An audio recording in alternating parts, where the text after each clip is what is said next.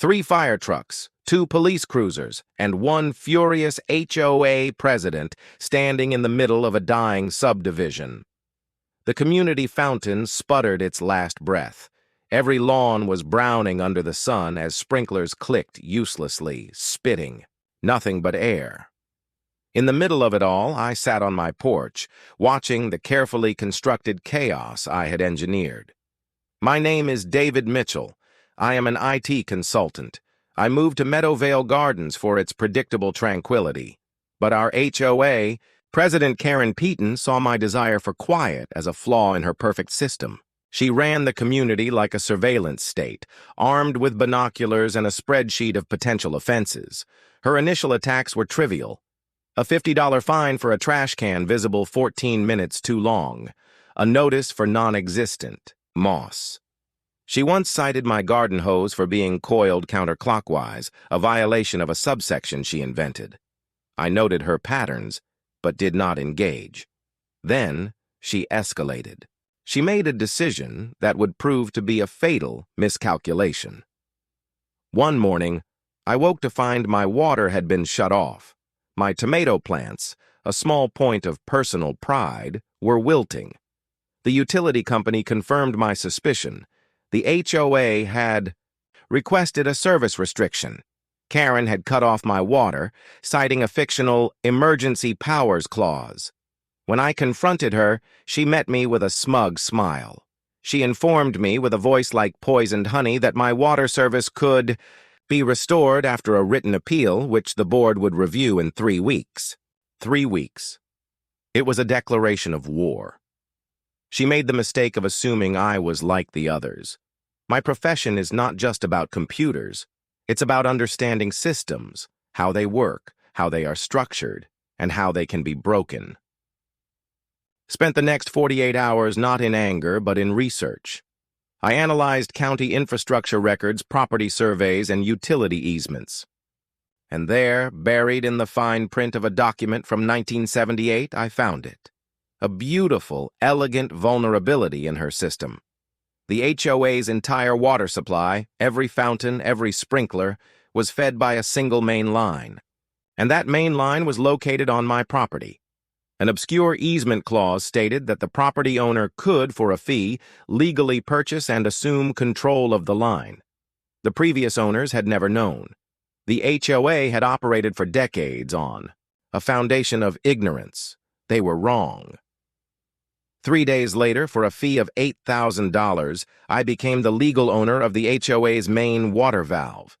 My lawyer ensured every document was airtight. The utility company sent me a certificate of ownership. I had it framed. At 8 a.m. on a scorching Tuesday morning, the next phase of my plan began. I walked to the valve box in my side yard, inserted my key, and turned the wheel.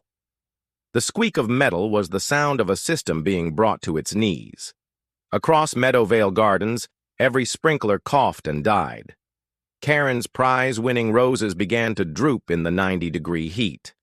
It took her 17 minutes to appear on my lawn, her face a mask of purple rage. I was waiting. I sat in a lawn chair next to the valve, a pitcher of ice-cold lemonade beside me. She screamed, demanding I restore the water. I did not respond in kind. I simply handed her a notarized, county-stamped copy of the ownership transfer. Watched her face as she read the documents. Confusion, disbelief, and finally the dawning horror of comprehension. She sputtered about lawsuits and illegalities.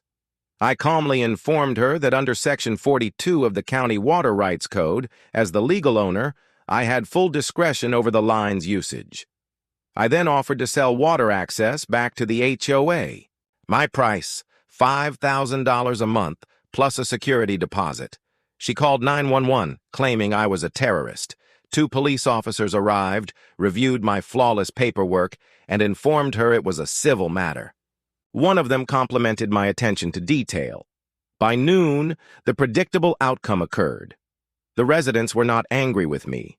They were furious with the HOA for its catastrophic negligence. Mrs. Henderson brought me cookies.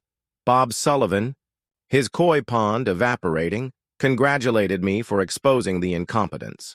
The emergency meeting that evening was held in the sweltering community center. Its air conditioning had failed without water.